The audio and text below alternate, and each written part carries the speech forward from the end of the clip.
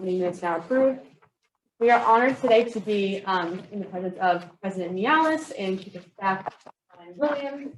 Before I give them the floor, I would like to first start off and let you all know that a lot of things have been happening on our campus in the past few weeks.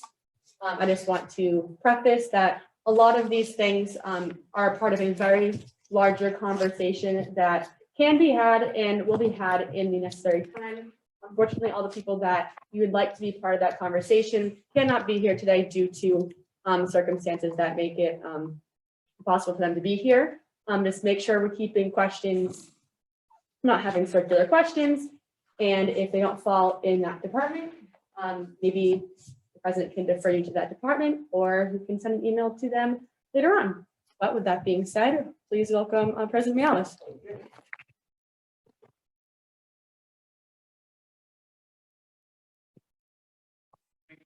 It was an exciting week, both for negative reasons and positive reasons. Starting with the negative, we had a couple of racial incidents which were very unfortunate. And those of you that have been in this room or this venue for a couple of years, you have heard me a number of times saying that we are a family, and these things are just not acceptable. And things are under investigation. You know, we're working on it, but regardless, this should not happen. No matter what the instigation was or what, it should just not happen. So, in the investigation, because I'm the last one to make a decision in case there is an appeal, they're keeping out of it, so that I cannot be throughout the whole process. So I don't know a lot. I know what happened. I don't know a lot since then, because if the students that caused this mess decide to appeal, then I have no last say. So that's what it is. So, on the good side, there are a lot of good things that happen. Let me first explain to you. Some of you know, some of you may not know what the Board of Trustees is. So, every not-for-profit organization like us, every university, has a Board of Trustees. This is a governing board of volunteers. I'm talking about private universities like us, so volunteers. Their main job is to hire and fire the president. So this is the main job. But they have to keep track of the university. They have fiduciary responsibility to make sure the finances are running right, that the university is going in the right direction. They're responsible for the strategy of the university, and they are the biggest donors of the university. If you look at the fundraising of the universities, more than 30% of the funding that comes to the school comes from the trustees. And in a healthy university like ours, the Board of Trustees and the President work like one team. I'm a member of the Board of Trustees, so I vote as a trustee. So when the President comes in the university, the board is their boss. He's her boss, but also the President has, if they have good working relationship with the board, to shape the board. And the board, in the past, Roger Williams has had severe problems before. Chair got fired, many years ago.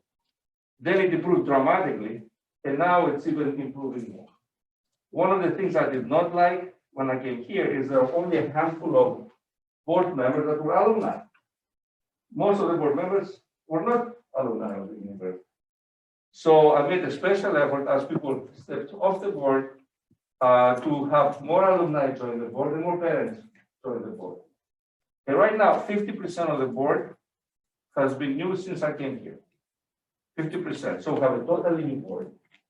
Just to give you some highlights, the two of the newest alumni that we recruited.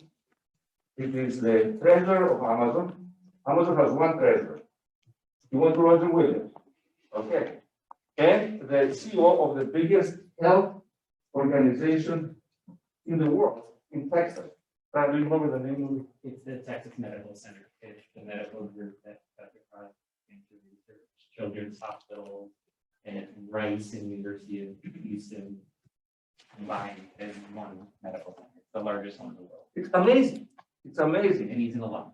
He's an alum. The both of them into the first meeting, and the Amazon guy said, I'm gonna have interns from students, we're gonna hire students.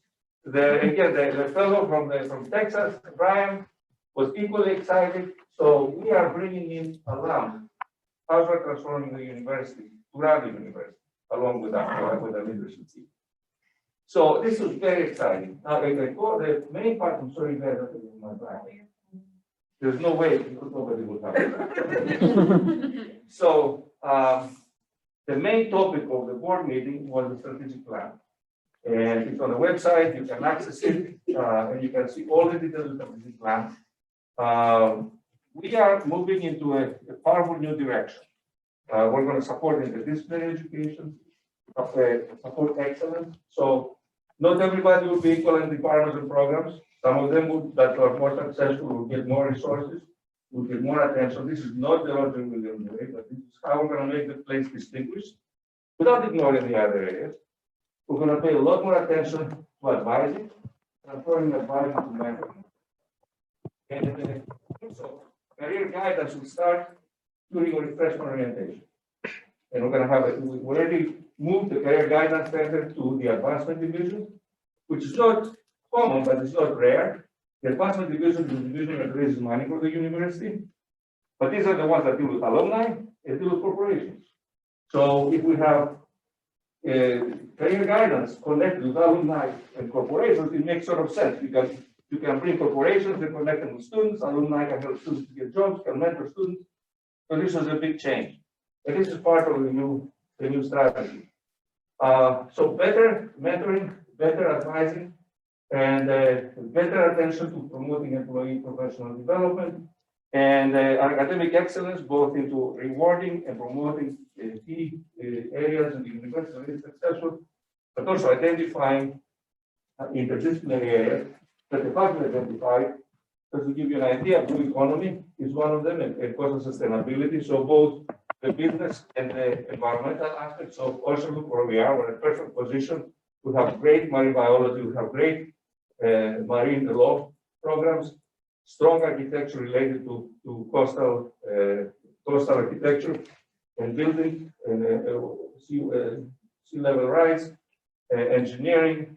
We have journalism that is focusing on environmental issues. We have all the right ingredients to have a top-notch program in blue economy. Real estate. One of my first Roger Williams business-related trips was in New York.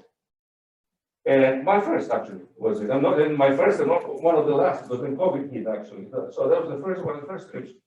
And they took me to various successful alumni. And then after the second day, while I was having dinner, I thought, everybody's in real estate. Everybody was in real estate.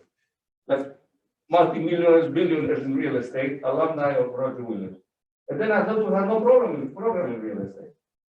So now, with their leadership, put the group together, they helped us raise $500 million. We're going to create programs in real estate. So real estate is a second. Then we have food science and food policy. That was the idea of the faculty. I'm a passionate cook and I like the whole food thing. So that was music to my ears. We have STEM education driven by the education faculty along with science and engineering. We have history and culture initiative. So we're on a native land, and we have a group of humanities faculty that are driving this initiative, and we provide them some initial funding now. So there are lots of initiatives that are driven by the faculty that will really differentiate the university, because a university of our size, it's very hard to have the best English department. Very hard to have the best mechanical engineering department. So we have to find interdisciplinary areas that we could truly be the best in the regional, national, international, and they go for it. And that's what we're doing. When I first came here, I had listening sessions with all the departments, all the schools, and we continued when the new provost came in. Margaret, we still continue conversations. Everybody gets equal attention. But at the end of the day, the ones that are more proactive, entrepreneurial, and go for it, they're going to get the resources. So that's sort of a new thing about where we're moving. So people that do the work and they're proactive and entrepreneurial will get attention. People will complain and they don't do that. The other stuff, then they won't get the attention. So that's sort of a new thing. So very exciting meeting with the board of trustees. A lot of energy. I hosted for dinner at the president's house, and well, I time to cook. The chef cooked my recipe, so it was not sort of a first. We had a record number of trustees and spouses attending. And because of the new social environment, we invite them here to be part of the family, not only the trustees, but also their partners, their husbands, wives, that came here too. So we're at the great point of the university. Financially, we're doing fine. Although we went through, I can imagine, a horrible financial crisis. COVID cost the university $25.8 million. $25.8 million, and we went through it. We went through it. And so because of everybody's great effort. And we survived through a terrible situation, which is still going on, obviously, we're all wearing masks. But Brian knows the number. The Broad Institute has, let me see if I can get this right, Brian, and if I get it wrong, then speak up. So Broad Institute has about 200 schools that do the same testing we do.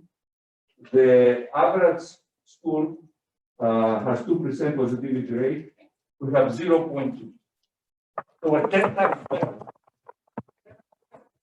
And people, students complain, and faculty, whoever, because why do you wear masks? Why do you have to do testing? Why do you have this? We're 10 times better than the average school that does testing through Broad Institute. And these are sophisticated schools. Okay, so that's why we do all that, and that's why we're healthy. We don't be sending students to Baypoint, and unless we absolutely have to. So these are my initial comments. It's a very exciting time. I wish we weren't wearing masks because I hate them as much as you do.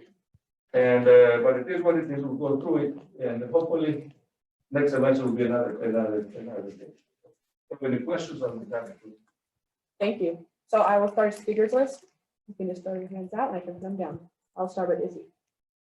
Great, thank you. Thank you so much for joining us tonight. It's fantastic to kind of hear what the university is up to and everything that's going on. So I'm a very, very passionate public health student, very passionate for social sciences. And one of my questions is, so the university has done a fantastic job, just as you had said, protecting the health of students regarding COVID-19 on campus, and it continues to, go through. My mom comments down every day on how fantastic the university does with it. But how can the Student Senate continue to champion and be an advocate for protecting the health and wellness of students in other areas on campus? You mean other than COVID? Other than COVID, yep. Well, first, this is a question I should ask you, how you guys are going to do that. But you have a lot of power being peers to other students, and you're much closer to the pulse of what's going on campus. And one of the things we changed this year, we have regular meetings with the executive committee of the Senate and with the president of the Senate. So it's together we could identify areas that we could go after. One of the things I was hoping to do before COVID, and I talked to the Senate before, was to have regular get-togethers with not only Senate, but students about a number of topics. And let me give you an example, which is not exactly related to your question. No worries. We are in the process of revising the campus master plan. Now, the master plan is the university's plan of what buildings, renovations, the university is going to undergo during the next 5, 10, 20 years. This process started before I came here, and so I kind of inherited an almost done deal. And what I realized is that they were finishing a master plan before an academic plan was done, which doesn't make any sense because if you don't know what academic programs you're going to have, how do you know what academic buildings you're going to have? So I stopped the process. And that's being restarting now. It's going to end by February. We have to have a plan to the board, so we have a deadline. So some things that are actually everything in the master plan is related to you, because we're all about the students. But actually, a few things that I know you would be more interested in that we will need very active input from you. And again, I know you asked how you should work with student issues, but this is something that was in my mind, and I want to bring that up first. So. Dormitory. Our hope is to move everybody back on campus. Now, it's tricky because we have 2 dormitories that need help.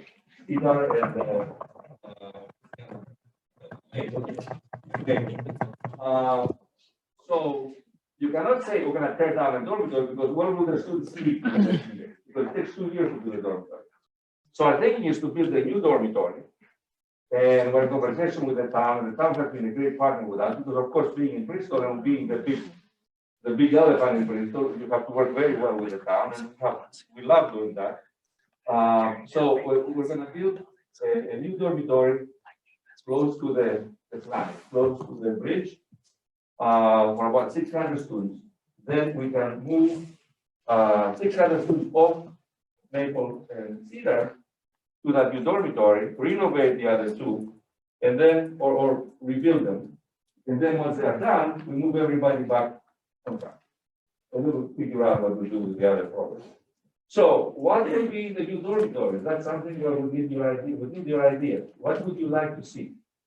I have my personal ideas, like kitchens, or yoga.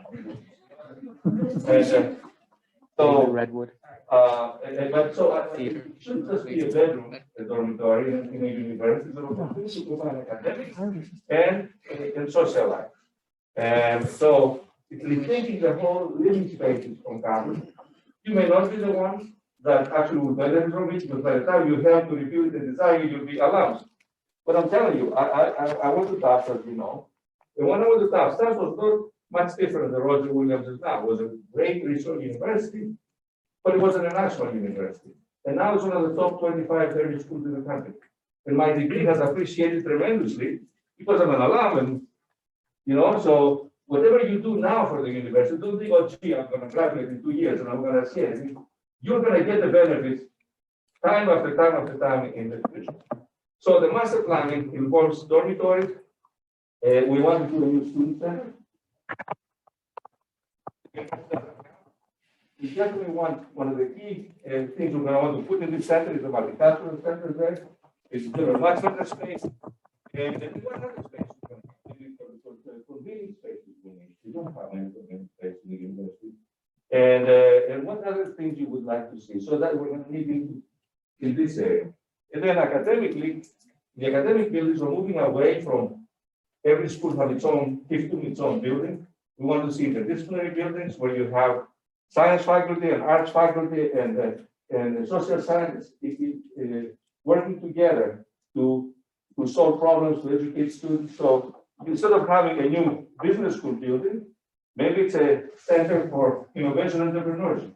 And you have the business school house there. You have a business incubators for students new businesses going on. You may have a maker spaces. And you have design faculty for architecture and the arts, working with engineers, working with the virtual reality folks that have studios that could enable anything from architecture to criminal justice and do simulations. So these are the kind of new spaces we envision on having.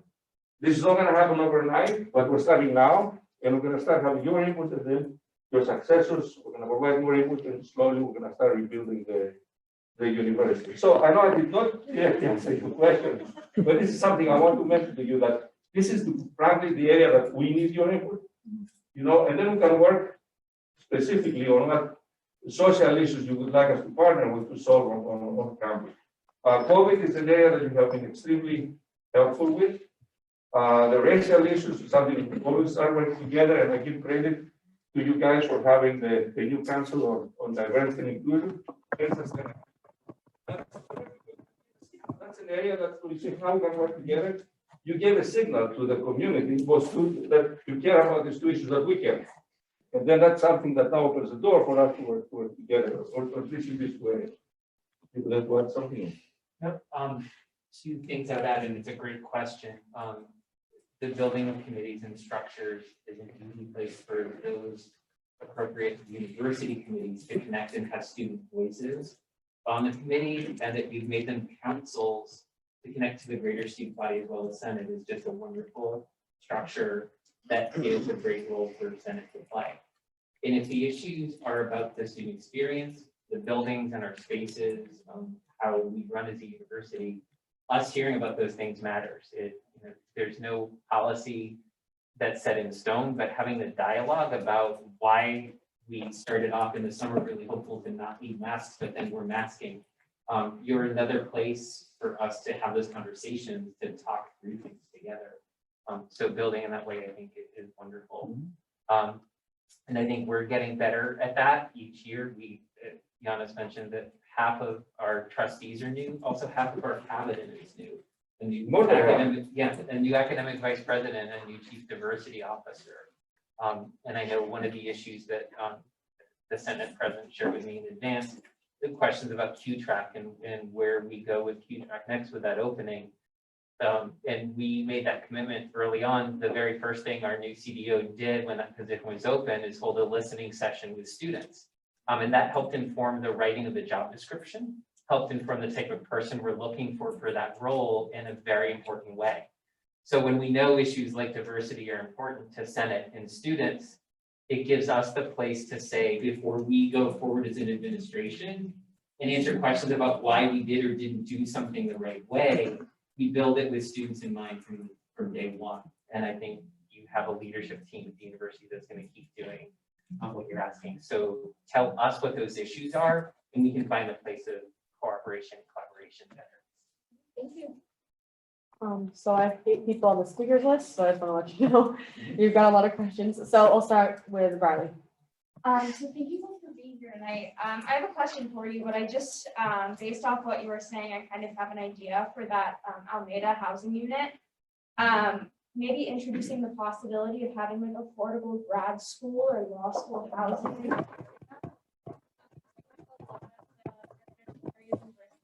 Very overpriced, and I think that could be an asset that would attract people to your graduate and your law school programs. As for my question, it's also related to COVID-19. So a recent study came out that states the Johnson & Johnson's vaccine effectiveness goes down to 3% after 6 months.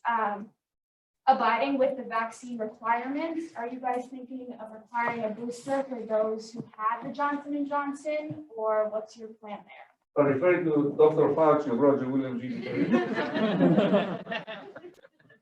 So this Christmas this past year, Ioannis was my Secret Santa. Dr. Fauci thoughts. Just saying, I don't know if Zoom can see that, but yeah, because of the vaccine requirement of students submitting vaccine and which vaccine in their cards, health services and employee cards in HR, we're very mindful of vaccine boosters when people had their shot, when they're eligible and due for a booster or not. And so the J&J News and Dr. Fauci, our friends and fan, telling us this past week that it should have been a 2-dose shot from the beginning is going to inform our thinking. We rallied really quickly last year and had vaccine clinics as well as we're doing the flu clinics now. So it's something I think the Reopening Russia Steering Committee is meeting this week on Thursday. It's a topic I'm glad to bring up there to say, how many, because I think health services can tell us how many of our students have which shot, and that's going to give us a sense of the relative safety, of the campus and the efficacy of non-exempt as well as J&J, as well as people who may have received their doses back in March or February. What we do as a community to help either shuttle or offer clinics for those follow-up shots. Thank you. Yeah, and on your first point, we do part of the strategy is to increase the graduate programs and undergraduate programs here, which then would necessitate housing.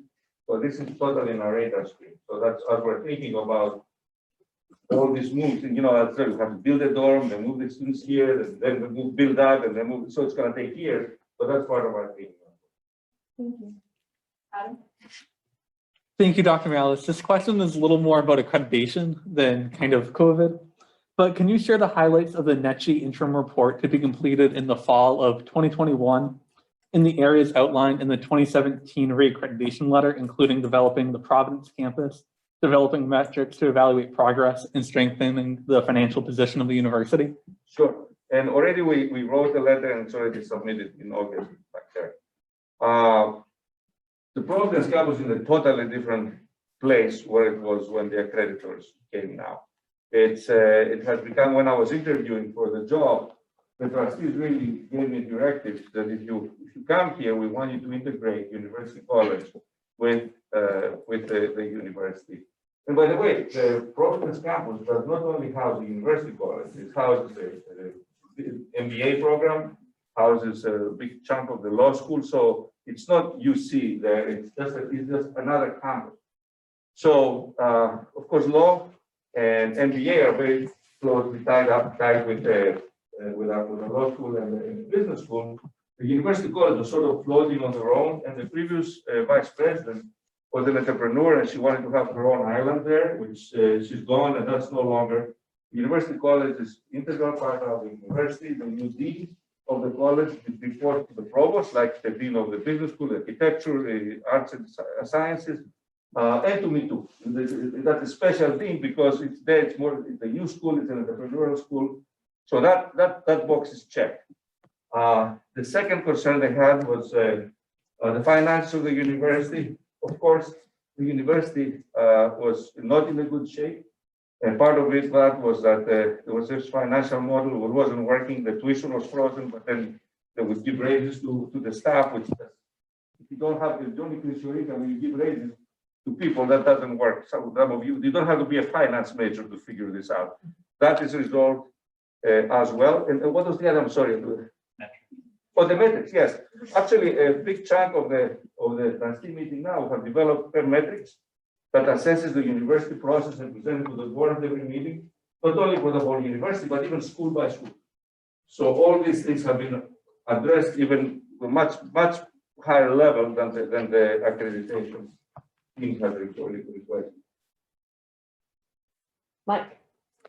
Hello, thank you for coming in. Mainly, I remember you talking about putting more attention into academic advising, and primarily, I just want to gain more information about it, considering this is something that prior academic affairs committees have done for like the past 3 years, but have never really gotten off the ground. And I'm really also happy to see that it's going to be working more with the Career Center as well. But I was mainly just wondering if you could provide a bit more information on what steps are going to be taken for academic advisor training.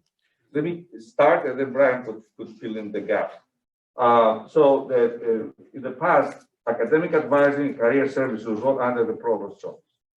And what we have done now, we have put career services to advancement, and advising stays at the provost's office. And of course, there's academic advising you have from your advisors in major. This is a faculty. So the academic advising is the centralized advising and support, but then it's major advising that is done through the faculty.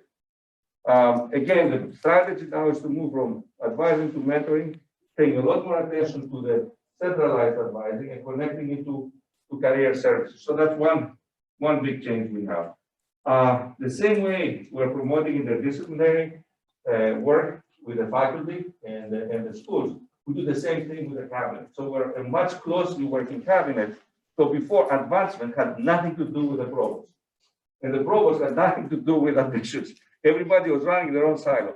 It's a different world now. So it's much easier to place entities that have to do with advising, like academic, like career services to advancement, and have academic advising to the provost, because they work so closely together that things are not gonna there's gonna be no follow-up, and they would fall into, what is the expression, fall the gap. So that's sort of where we are.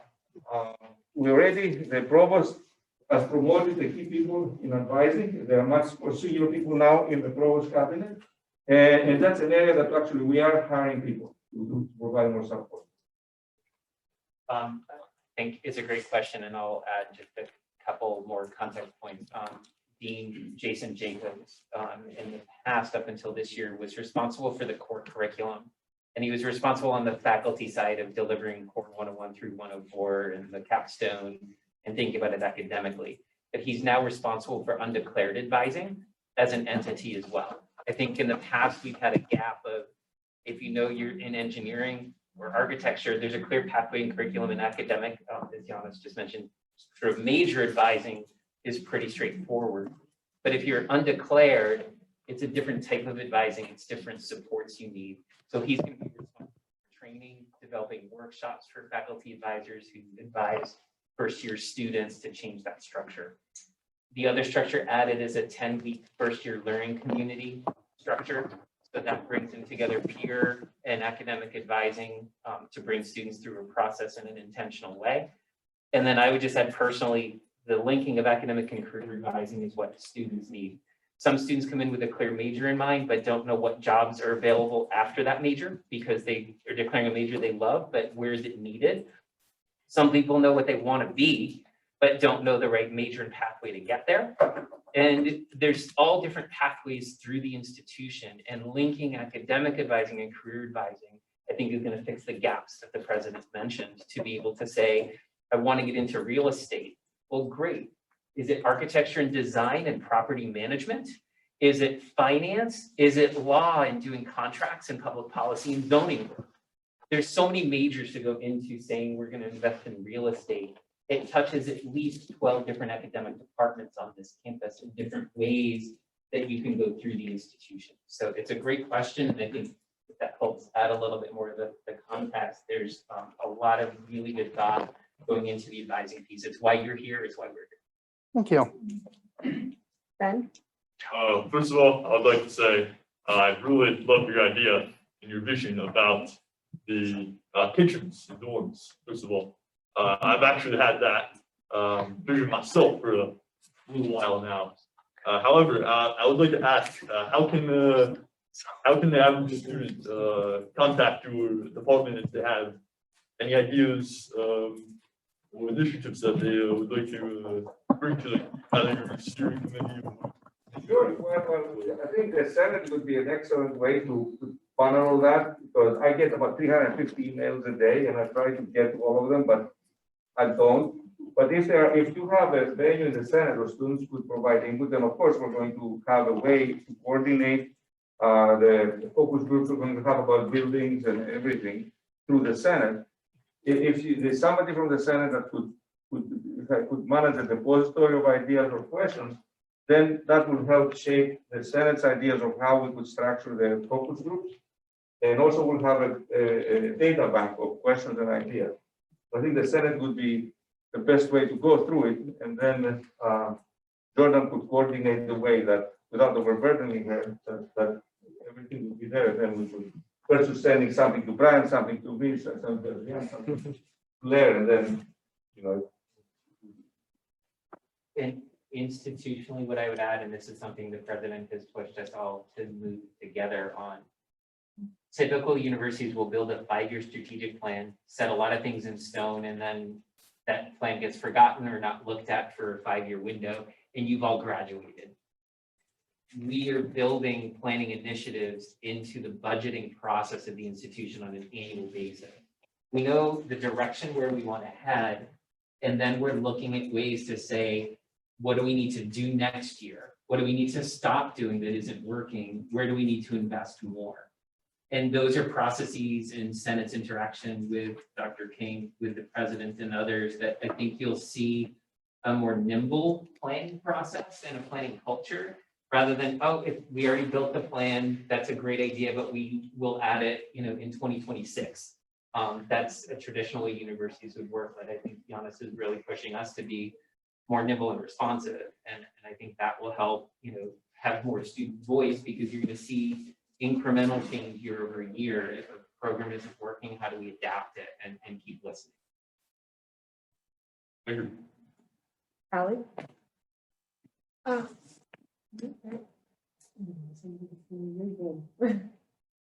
yeah, it's you. It's okay. Yeah, you.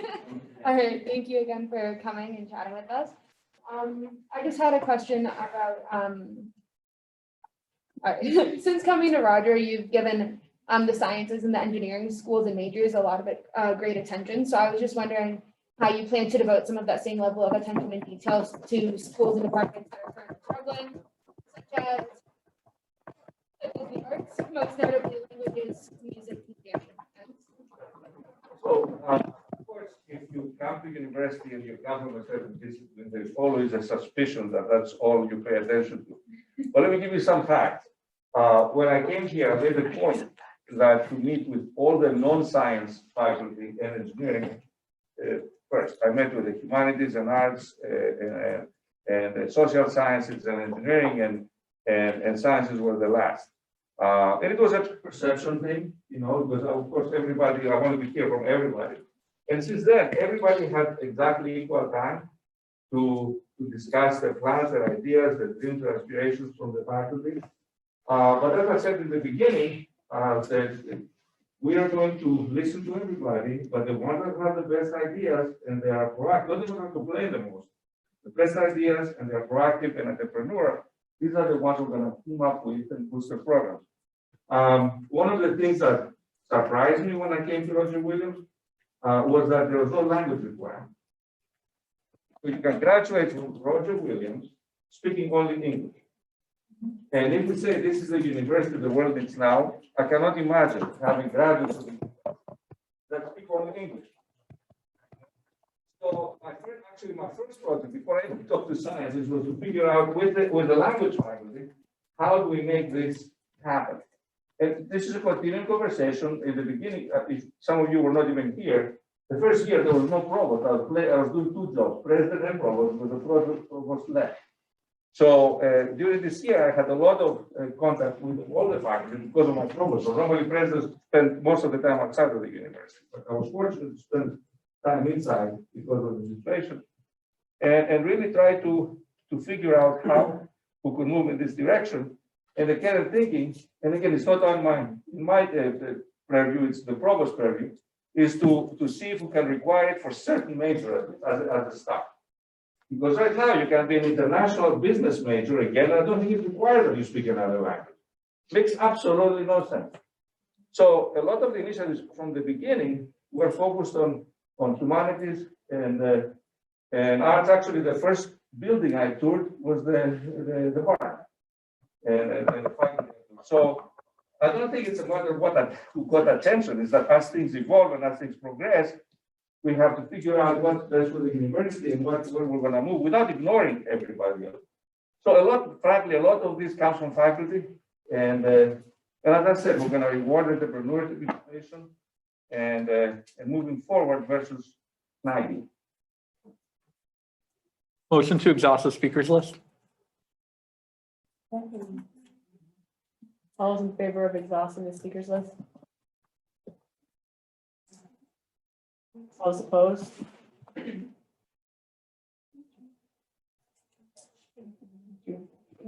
Whoever did that. Hold on, can you just clarify what? Yeah, so, sorry, motion to exhaust the speakers list just means that if you're on the speakers list, which are 8 more people left on the speakers list right now, just in the interest of time, that way we can get to questions before the president has to leave. No one could just add their name to the speakers list anymore. If you're already on the speakers list, you're all good. So motion is still on the table. Can I have a read you? All those in favor of exhausting the speakers list?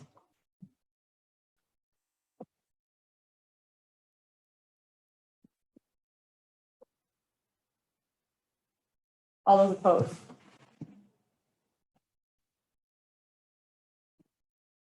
Abstentions? The speakers list is now exhausted. I'll keep on going with Michaela. Thank you very much for being here again. So my question was essentially Ellie's question. There's so much under a little bit. So I just want to give a little more context because it's frustrating to be a student in one of these areas that is lacking. So I'm pretty sure I'm the only French major on campus. And I've actually been struggling to finish my degree because of the lack of classes offered on campus. And currently we only have one French professor and she's new this semester. I personally have never had the same professor for any French class I've ever taken here. And I'm not exactly sure how you're saying that these departments that are entrepreneurial and forward and really pushing for these things will get the attention, but our French professor is brand new and we don't have anybody else. Nobody's really like looking at this program.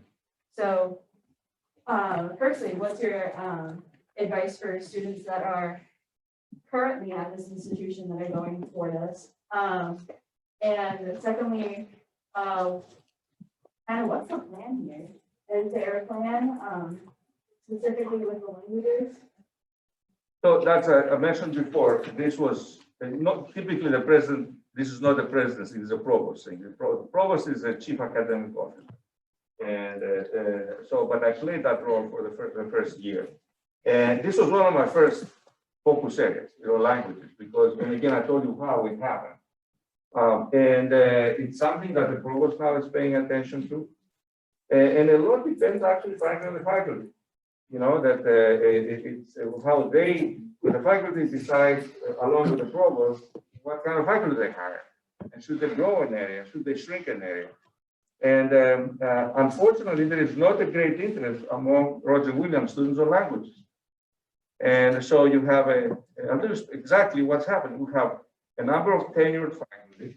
Tenured means that they're here for life, or until they decide to retire, unless something horrible happens.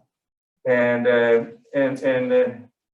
you could have, and I'm making this up, so you may have like 10 German professors, which we don't.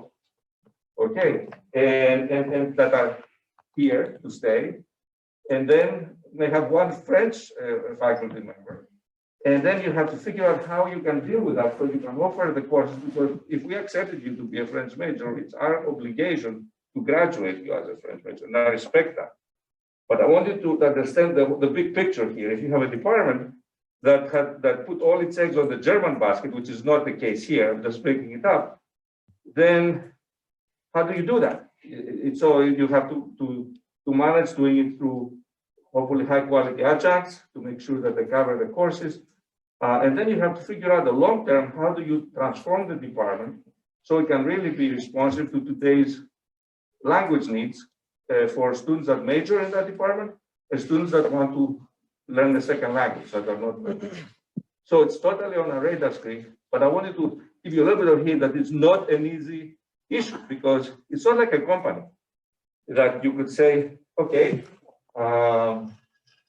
we're making X product. Now people don't buy it. If people don't know how to make the product, you let them know, or you have people who can buy it. Universities don't work like that. You have to have all the people that made the product that not selling anymore, and then figure out how you can make the new product without going bankrupt. It's not.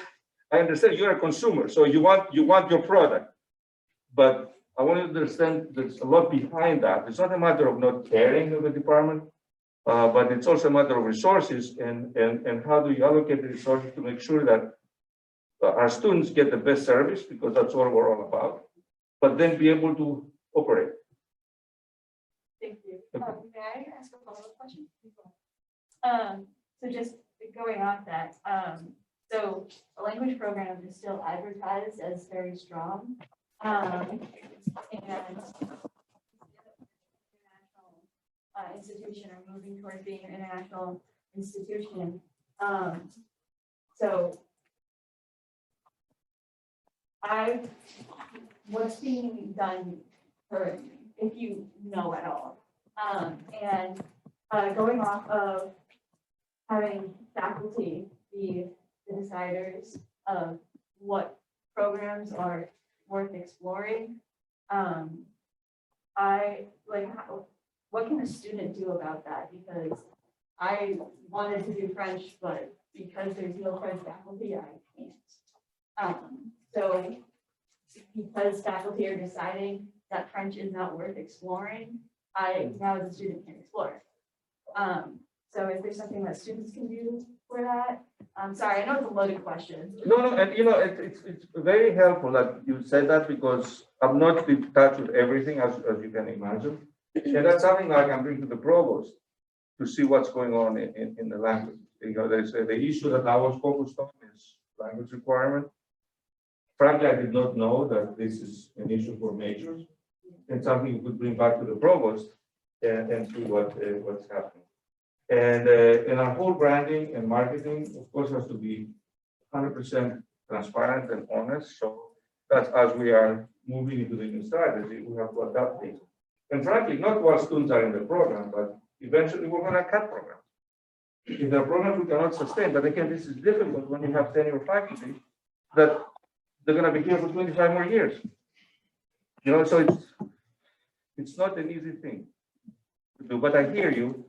And we'll take it back to the process and see specifically what's going on there. Do you want to add anything or? I would add just two quick thoughts.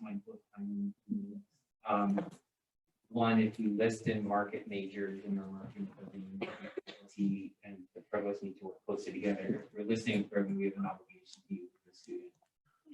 And so you're going to have my part in following up on your specific situation. There's a couple of people.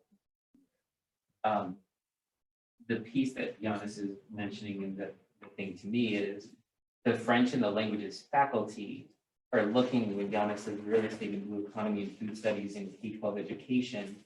How do the languages fit in and contribute to those directions? That's the piece of strategic planning. So advising and your pathway and what you want to do with a French major. You know, are you planning towards translation and foreign affairs and you're linking French and political science? Are you thinking about teaching French education? You're also connected with education. French can mean a lot of things.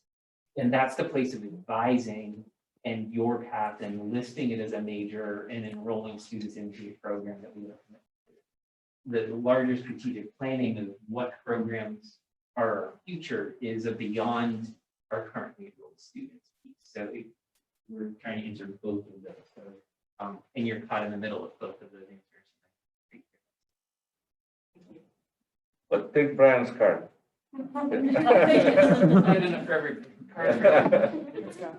I just want to let you know, we still have 7 people on the speakers list, so just want to keep that aware in with time, but I'll move on to Zach.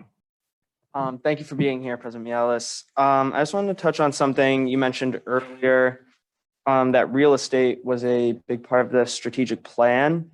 And I was wondering if you can elaborate on that. I was wondering if it was more in the sense of like campus expansion or more as like an investment for the university. Okay, so this was programmatic. So this is sort of a curricular expansion. Are you asking for the real estate initiative or real estate for the camp? Oh, I didn't know it was curricular. If you could. The curriculum, I think you're asking for. Yeah, Okay. sure. So as I said, in New York, I thought I invented this brand new idea that would allow the university to have real estate program at the university. So with the certificate program, graduate program, maybe majors or minors in real estate. So you could go through construction management and get a minor in real estate. You could go through pretty much any business or arts and sciences and have some experience in real estate. What I realized is that the alumni had been trying to convince my predecessor, President Faris, to have that, but he didn't follow through. So it was not my idea. This is an idea that has been floating around for many years, as most ideas are. You think you invented something and then somebody else has thought about it. And so once I saw there is interest from the alumni, that was one interdisciplinary group to put together with the faculty to start developing ideas around the curriculum. And we quickly raised $500,000. We're in the process of hiring a director of the program. We want somebody that has practical experience in the program that could run the academic side of the program and also the connecting with industry, connecting with government.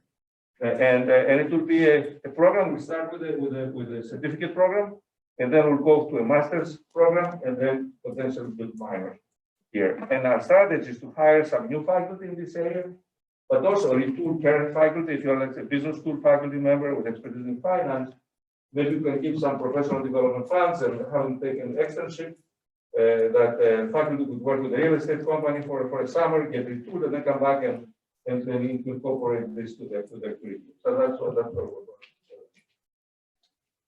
doing. Ava? Hello. My question is, over my 4 years here, I've really noticed that there's not really any support for the arts, but I hated that.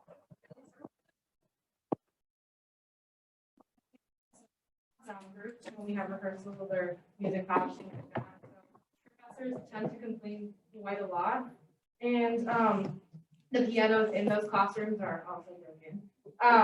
There's one music classroom and one practice room that's shared between almost all of the musical groups, and yeah. So is there anything in the master plan that kind of provide the space for us? Because I know you had mentioned like the barn and the annex and everything, but that's mostly just for dance and theater. Whenever musical groups want to use anything, those are normally always booked. We don't have a space, so. Sure. So one of the, I told you a little bit how I toured the barn and I saw the situation there. And I don't think barn is even adequate for performing. So one of the things this university needs, along with many other things, is the performance space. And so I met with the new governor, and it's a long shot, but I'll tell you exactly where we are, and I'm always totally transparent. So I met with the new governor, and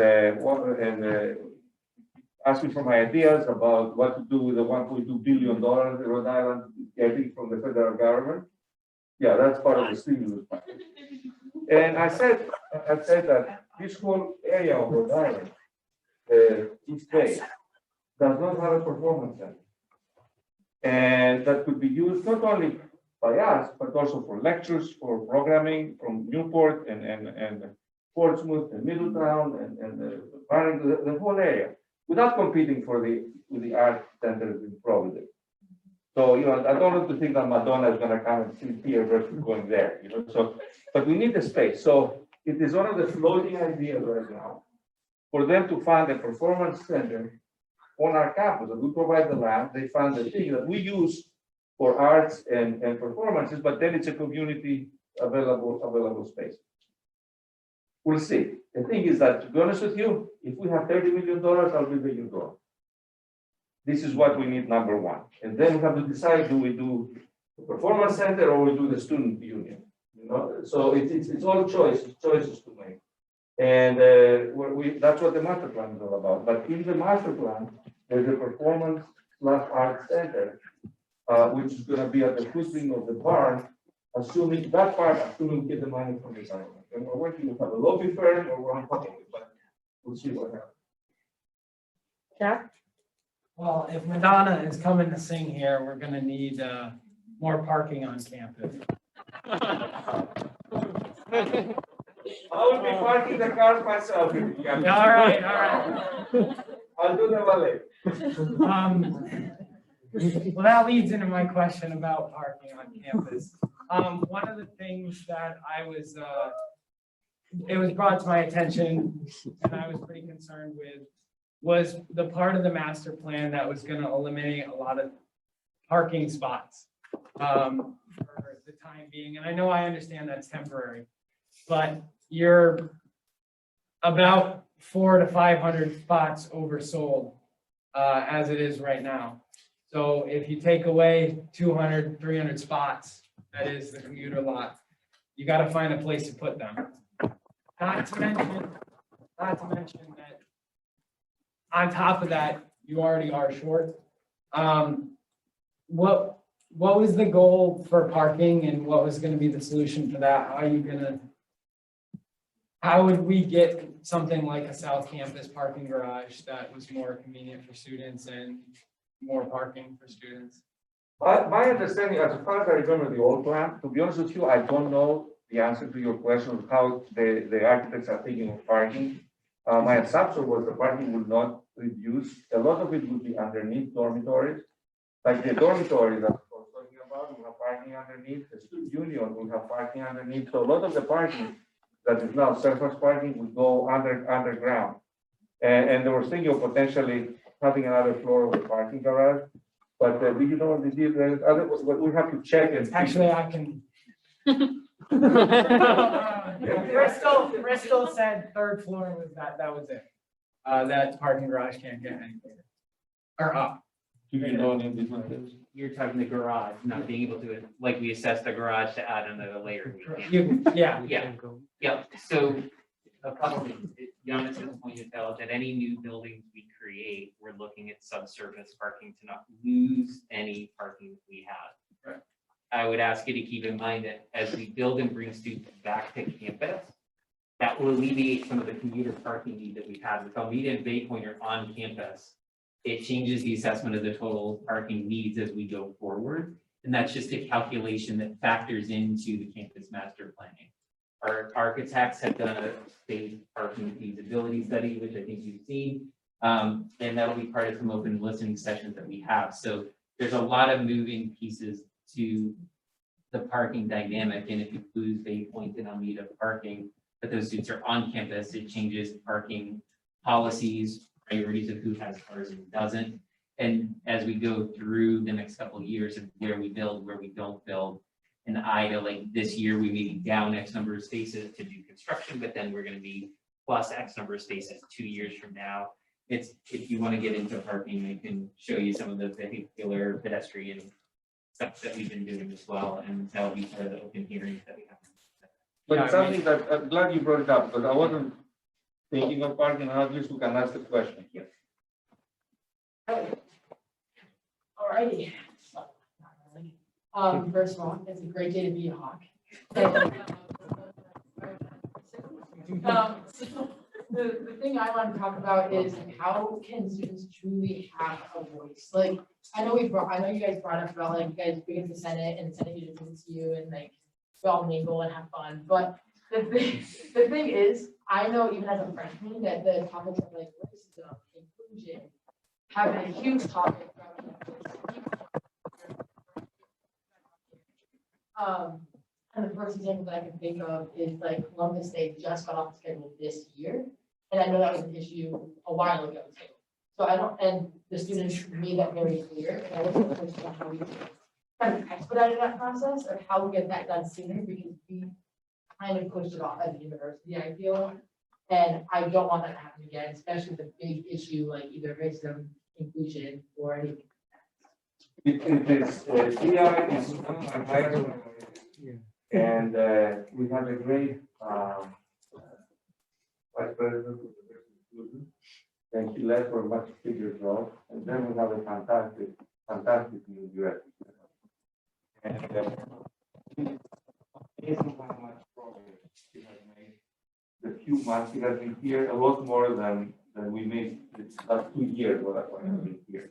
So Stephanie is going to be, and has already started working with students to figure out the news, voice, the concerns, the ideas, the both good and the bad, what's happening here. And Stephanie and I are like close partners. We meet every week together. She's a member of the cabinet, so whatever concerns you have related to that, from our administration, she's the one that I think the provost does academic, does the rest of the student issue that you should talk to. So, and we're gonna have many venues possible, so you could be heard. As far as the Columbus Day is concerned, things are much more complicated than you may think. Oh, yeah. Because it's not as if the students say, go on Columbus Day. We may have 20 trustees that want Columbus Day. Oh. And then, so it's not so easy to say, oh, the students don't want Columbus Day, we don't have Columbus Day. We were able, and it took some time, but under our new administration, to figure out the solution. And so things don't blow up with students or the board. And it worked out fairly well. Yes. So we listen to the students, but then again, we have to figure out how to find a solution that's not gonna blow up the campus. That's, sometimes it's, you have to be a little patient, sometimes it takes time, but you see, we got it done. Thank you. We have 3 more. So Jared.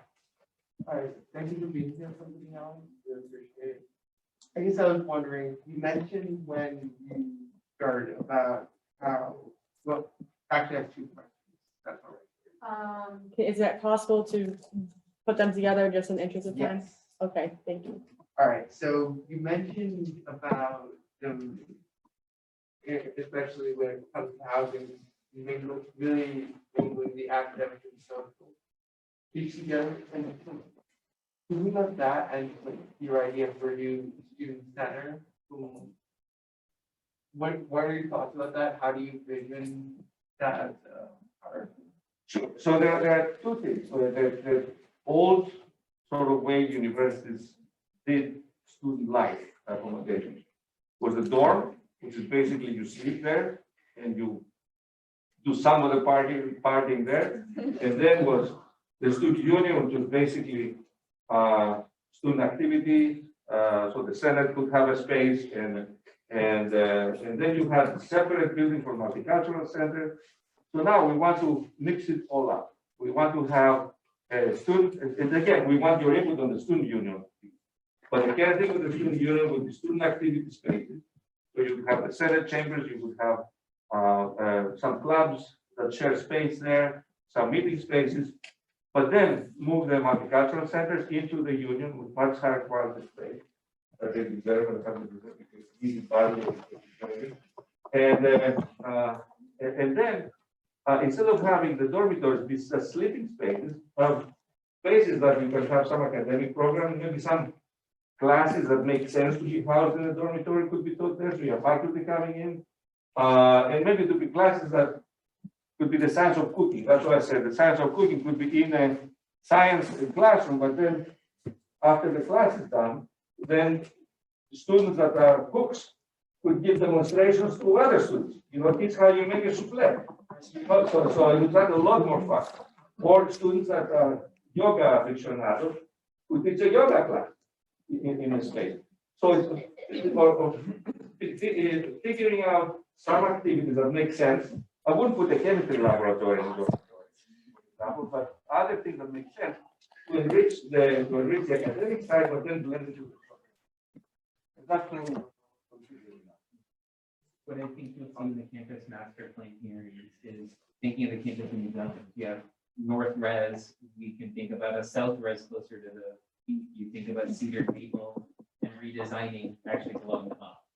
And each area of campus should have an academic component, a social component, a food component. So it's not just going into the common, but how do we have energy in different pockets of campus and have more smaller communities within the whole? We're getting a larger footprint of campus. So I think the campus master planning point is to that. So wake up in a residence hall and you have a first year mentoring class, or if it's a senior residence hall, you know, and you have seniors on campus, you're cooking to learn how to cook out in the real world when you graduate. So there's so many things that we can bring great energy. So it's not, you have to walk all the way across campus to get something, but faculty career center courses or an alumni speaker, spaces like this in the new residence hall. Because some of you in RAs in the room floor meetings, we don't have spaces for gathering. And I think that list of designing spaces with multiple purposes and what we need to do with each space we build, classroom, student center, residence hall. So I'm gonna be frank. When we're talking about a new multicultural space and all of these things, we're forgetting that it sucks to be a person of color on this campus to begin with, and there's a lot of issues with that. And with these recent issues that we didn't really talk about tonight, and all the racism towards the RAs on campus, they're some of the most victimized people on this campus and the most diverse on this campus. Like the RA staff is probably the most diverse group you have on this. And the thing is, how are you going to support those student leaders, and how are the university going to take action to help the people of color on campus when we don't feel safe here at the end of the day? It sucks to be here. And if we're not going to take steps to make that better, then what is a new multicultural space going to do for us? It's oh, cool, we're diverse and you can put us on your campus. That means nothing. Like, if we're not safe here, it means absolutely nothing. Sure, and it's again, multi-level effort. The space is not going to solve the serious issues. What's going to solve the serious issues is having leadership from the top, which we do have a committed board on diversity and inclusion issues, which we do have, and not many universities are aligned like we are. So you have a board committed to diversity and inclusion. And I'll tell you, when I was interviewing, 25% of the questions that they asked me, the committee, was about diversity and inclusion. So obviously, the board was on the top of their list, and they're my boss. So immediately, that has become, or was always a priority of mine in previous job. But it was a mandate here, and we have put a lot of resources. We have a brand new, excellent director, and we work together as a team to address issues. The problem we have as a university, if you have a company, most times people come and they stay for 10, 20 years. In a university, every 4 years, you have a whole new crop of people that come, with their own biases, their own baggage, their own prejudice. And our duty is to be proactive and from day one, educate people and make them understand how to behave in a family-like environment that we want to have. Respecting each other and making sure that everybody feels safe and everybody's happy. Not only safe, safe is basic. Be happy. I wouldn't be pleased if everybody feels safe and then not be happy. So we have to go to safe and then go to happy. And it's here, the pride is here. So this is our goal. And we have the best setup now. We have a great new chief diversity officer. You have a brand new council on diversity and inclusion. The space is one of them. I don't want to do the space. I don't Are have any people of color on this diversity and inclusion council? Because I'm looking at the senators and they all look white to me. And that was I don't know last year I brought it up. I said, look around you. And it's not a diverse group. But also when I was spent time with them at the cultural center, a lot of them, I talked to the students from my listening session. A lot of the focus is how we support their center. And I said, we'll support your center, but I want you to run for Senate. I want you to be a campus leader, not a leader in your own community, because that's how all of this huge commitment here about diversity inclusion has been forever. The students from the Multicultural Center should be running for Senate and should be campus-wide leaders. That's what's going to make a big change on campus. So it's a shared responsibility. And as the students, at least this student body, has been extremely supportive for diversity and inclusion. And we are supportive. So we have Stephanie, new member. We have a new council here. We have energy from students to participate. All the ingredients are here. I am the first one to speak against anything, and I feel passionate. Anything that happens that is denigrating about anybody who comes, and especially students who come. It's unfair, it's stupid, to be honest with you. It makes no sense in a family. I don't understand what the game is to verbally abuse somebody, especially an RA that's trying to make a living environment. So we're exactly on the same page. So let's work together. Let's work together with Stephanie. We have a new council. Let's figure out how we're going to make it happen. Will this incident happen again? Unfortunately, yes. But every 4 years, you're going to have a new class coming in.